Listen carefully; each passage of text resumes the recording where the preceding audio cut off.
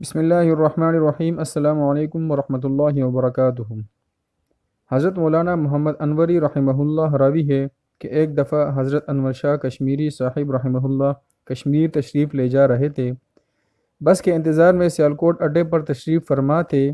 ایک پادری آیا اور کہنے لگا کہ آپ کے چہرے سے یہ معلوم ہوتا ہے کہ آپ مسلمانوں کے بڑے عالم دین ہیں۔ فرمایا نہیں، میں طالب علم ہوں۔ تو پادری نے کہا آپ کو اسلام کے متعلق علم ہے؟ انور شاہ کشمیری صاحب نے فرمایا کچھ۔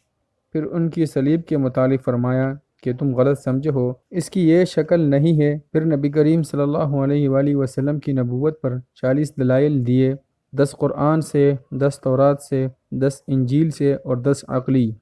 وہ پادری آپ کی تقریر سن کر کہنے لگا کہ اگر مجھے اپنے مفادات کا خیال نہ ہوتا تو میں مسلمان ہو جاتا، نیز یہ کہ مجھے خود اپنے مذہب کی بہت سی باتیں آپ سے معلوم ہوئی۔